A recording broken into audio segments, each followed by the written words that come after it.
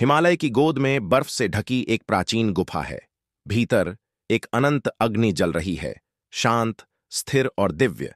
उसके सामने ध्यानमग्न बैठे हैं साधु व्रताश्व, जिनकी आंखें बंद हैं और मुख पर अद्भुत तेज है। उनका शरीर तपस्या की ऊर्जा से दीप्त है। अग्नि, तू ही सत्य है, तू ही प्रकाश।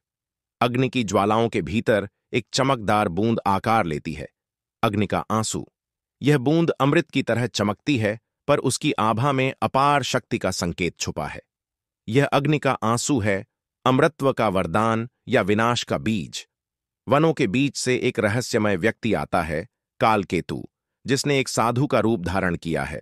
उसके चेहरे पर मासूमियत है, पर आंखों में छल की झलक साफ दिखती है। वह आश्रम के द्वार पर रुकता है। मैं एक साधु हूं, ज्ञान की खोज में आया हूं।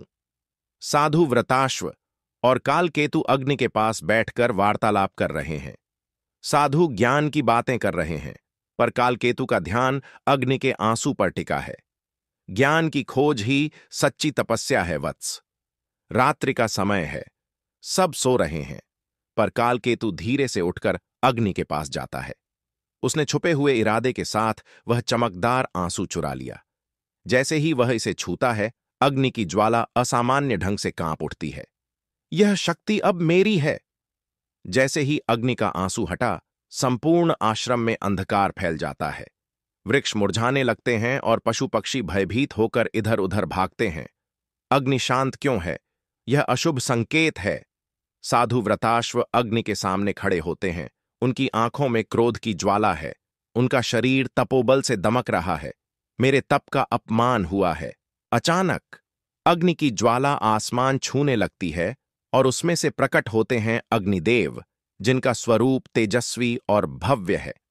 मुनिवर, मैं तुम्हारी पुकार पर आया हूं। अग्निदेव गंभीर स्वर में चेतावनी देते हैं। तुम्हें अपने भीतर के अंधकार से भी लड़ना होगा। साधु व्रताश्व अपने शिष्यों के साथ यात्रा पर निकलते हैं। बर्फ से ढकी चोटियों के बीच उनका कारवां आगे बढ़ता है। धर्म की रक्षा के लिए यह यात्रा आवश्यक है। स्वर्गलोक के भव्य महल में साधु व्रताश्व इंद्र के समक्ष खड़े हैं, उनसे सहायता की याचना करते हुए। हे इंद्र, हमें तुम्हारी सहायता चाहिए। इंद्र अहंकार से भरे स्वर में उत्तर देते हैं। मुझे लगता है तुम्हारा मार्ग स्वयं ही सच्चा होगा। मुनिवर, यात्रा के दौरान एक भयानक तूफान आता है। साधु अपने शिष्यों को हिम्मत देने की कोशिश करते हैं। ध्यान केंद्रित रखो, यह भी एक परीक्षा है।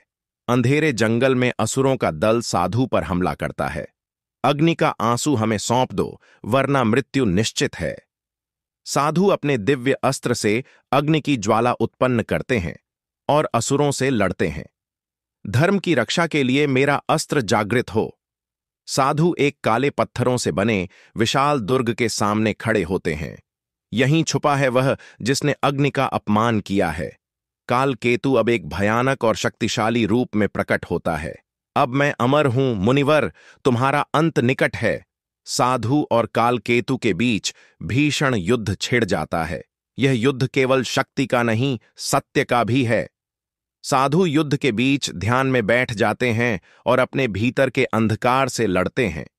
क्रोध मुझे अंधा नहीं बना सकता, मुझे सत्य देखना होगा। अग्नि का आंसू अपने असली स्वरूप में प्रकट होता है, जिसमें प्रकाश और अंधकार दोनों हैं। अग्नि का आंसू तुम्हारे हृदय का प्रतिबिंब है। कालकेतु का विनाश हो जाता है, वह पछतावे में डूबा रहता है।